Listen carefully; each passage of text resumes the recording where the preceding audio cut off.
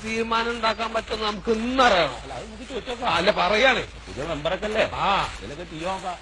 നോക്കാം മെമ്പറേ ഒന്നും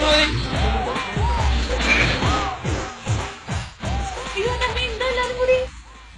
എന്തപ്പ ഈ കാണുന്നത്? അത് അടുക്കളയിലേ പണിയായിരുന്നു, അതുകൊണ്ടാ മാക്സിറ്റ. പുറത്തു പോകുമ്പോ ഞാൻ ഭയങ്കര ടിപ്പായിട്ടേ പോകുള്ളൂ. നിങ്ങൾ മാക്സ് ചുരിദാർ എന്താ ചട്ടോളൂ അതൊന്നല്ലപ്പ ഞങ്ങളുടെ ചോദ്യം.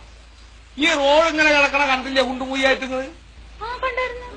കണ്ടിരുന്നോ? എന്നിട്ട് വെറുതെ കയറി കുത്തിരിക്കാൻ നിങ്ങളിവിടെ കുറച്ച് കടലാസ് വഞ്ചി ഉണ്ടാക്കിയിട്ട് അതിൽ ഒളിപ്പിച്ച് കളിച്ചാൽ നിങ്ങൾ. അതിട്ട് കണ്ടിട്ട് മെമ്പർ എന്താ ചെയ്ത്? ഞാനിപ്പോ എന്ത് ചെയ്യാനായിരുന്നു? എന്ത് ചെയ്യാനാണോ എന്റെ മെമ്പർ? എങ്ങളൊക്കെ എന്തെന്നാ പറയേണ്ടത്? ഞങ്ങള് ഒരു ഇത്ര പോന്ന കുയ്യായിരുന്നു ഒരാഴ്ച മുമ്പ്. അതിപ്പോ വെള്ളം ഇങ്ങനെ പോന്നു വല്ലാത്തൊരു കുയ്യായിട്ടാ കിടക്കണേ. അങ്ങനെ ഒരു ചങ്ങാചാരം വൈക്കുമ്പോ കെട്ടി പറഞ്ഞ് വീണാണ്. ആണോ? ആണ് മാത്രല്ല ഒരു പെണ്ണും വീണു. അവരെവിടെ പോയതോ? അവര് പോയി അന്വേഷിക്കാൻ ഞങ്ങൾക്ക് പണി. ഞങ്ങൾ അന്വേഷിക്കാനുള്ളവർക്കൊക്കെ അന്വേഷിച്ച് വരാനുള്ളവർക്കൊക്കെ വരികയും ചെയ്യും. പാട്ടാളോർത്തിൽ പോയി, ഇതിന്റെ കരാറുകാരന്റെ അടുത്ത് പോയി, പഞ്ചായത്ത് ഓഫീസിൽ പോയി. ഇനിയിപ്പോ അവിടെ പോകണ്ടേ ഞങ്ങള്?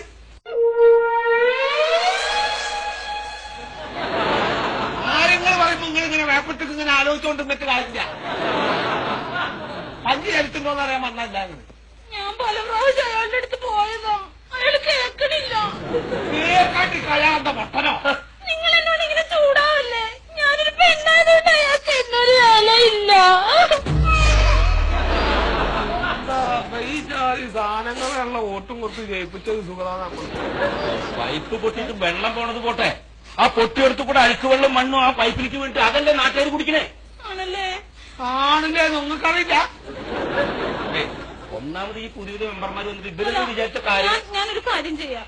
ഇതാരിഞ്ഞത് അത്യാവശ്യമാണെങ്കിൽ ഞാൻ ഒരു പ്രാവശ്യം കൂടി അയാളോട് പറഞ്ഞു നോക്കാം. അത്യാവശ്യമാണെങ്കിലേ അപ്പൊ നിങ്ങൾക്കിപ്പോ അത്യാവശ്യമായിട്ട് തോന്നിയിട്ടില്ല? ഈ ഒരാഴ്ചയായിട്ട് ഞങ്ങൾ ഇതിന്റെ പിന്നാലെ നടക്കണമെങ്കിൽ കാണില്ലേ? ഇതൊന്നും ഇവരോട് പറഞ്ഞിട്ട് കാര്യമില്ല. ഈ സംഭവം നടക്കണമെങ്കിലേ നമ്മളെല്ലാരും കൂടി വിചാരിച്ചോ. വിചാരിക്കാന്ന് വെച്ചാല് നമുക്ക് എല്ലാവർക്കും കൂടി അതങ്ങോട്ട് ശരിയാക്കാന്ന്. നമ്മുടെ ആ പ്ലംബർ സുരേഷില്ലേ, മുടി നീട്ടി വളർത്തിയിട്ടുള്ള സുരേഷ്, അവനെയും കൂട്ടാം. അച്ഛനെന്തേലും കൊടുത്താൽ മതി. അങ്ങനെ ഒരാളുണ്ടെങ്കിൽ പറ്റും. പിന്നെ ഇക്ക മുന്നിൽ നിന്നാ മതി, പിന്നിൽ ഞങ്ങളുണ്ടാവും. അതാണ്, നിങ്ങൾ ധൈര്യമായിട്ട് പോയിക്കോ, ഞാൻ നിങ്ങളുടെ കൂടെ ഉണ്ടാവും. അതൊക്കെ പറയാൻ പഠിച്ചിട്ടുണ്ട്, പഠിപ്പിച്ചിട്ടുണ്ടാവും. അല്ലാണ്ട് കാര്യങ്ങളൊന്നും ഇട പറഞ്ഞ പ്രസംഗിക്കാൻ പഠിച്ചോളൂ.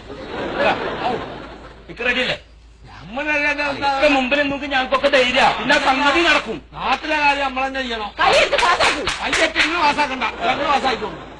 നിങ്ങൾ ഇവിടെ ഇരുന്നോളി. കാര്യത്തിൽ എന്തെങ്കിലും പഠിക്കാൻ നോക്ക്. ഇനി പഞ്ചായത്തിന്റെ സ്ഥിതി എന്താ വേണോ വെക്കാറുണ്ട്.